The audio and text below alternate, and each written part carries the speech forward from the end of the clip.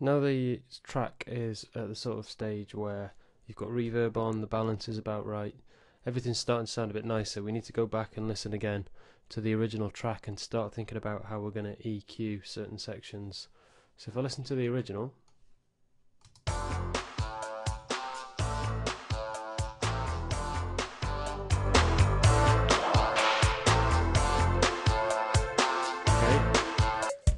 and then go and listen to the sequenced version, back to the original. Okay, the original actually sounds a lot thinner, which leads me to believe that our sequence version is a little bit too bassy. So we need to thin it out a little bit and to maybe take some of the bass off, lift some of the high mids in some places, but do that quite selectively. So we'll work through the tracks of one sound at a time as they come in and try and listen to each individual instrument and see if we can match it for its texture or its tonality. So first of all, I'm going to have a listen to that bass line where it comes in. So if you remember, we put the bass on a group, so I can actually solo all the bass instruments in one go.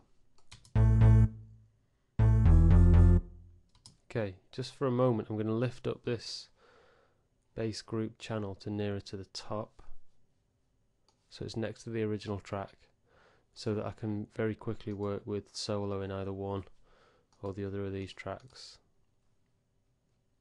Okay, so let's have a listen to ours first. Listen to the original.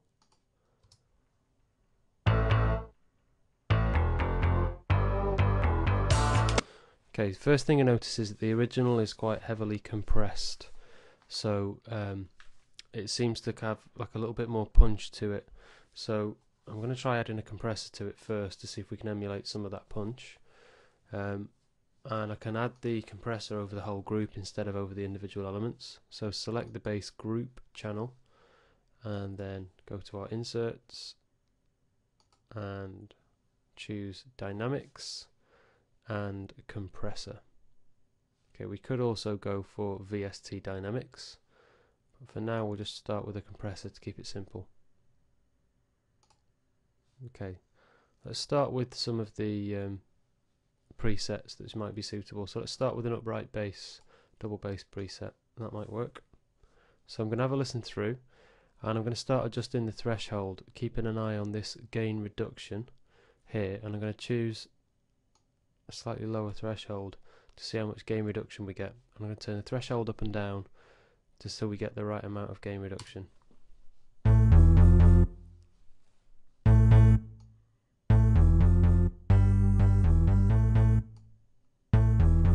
Actually makes the track a little bit quieter, but we can use the makeup gain to bring it back up again.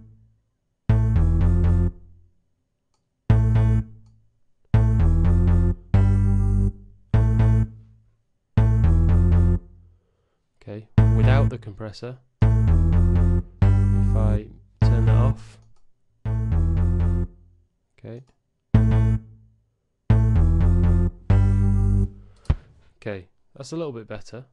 Maybe over compress it slightly.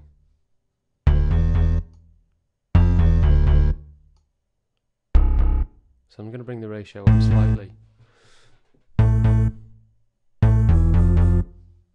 Okay, gives it a little bit more punch. That works quite well. And I'm going to go next to my equalizer, and this bass is actually a little bit too bassy, so it's interfering with the kick drum, and we don't need it to rumble that much in the low end. So if I click on the E button so you get a clear idea of what we're doing visually, I'm actually going to click on EQ number 1 and see we get the little dot here, and I'm going to drag the dot down slightly, and I'm going to change it from a low shelf to a high pass filter. I'm going to sweep this backwards and forwards to see if we can just reduce the bass slightly without reducing its quality.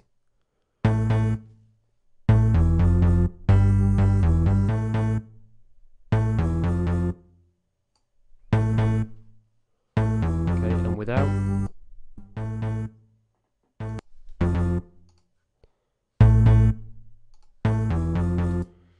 Okay, so you can hear the reverb is making it slightly thinner, and again it's matching the original slightly more.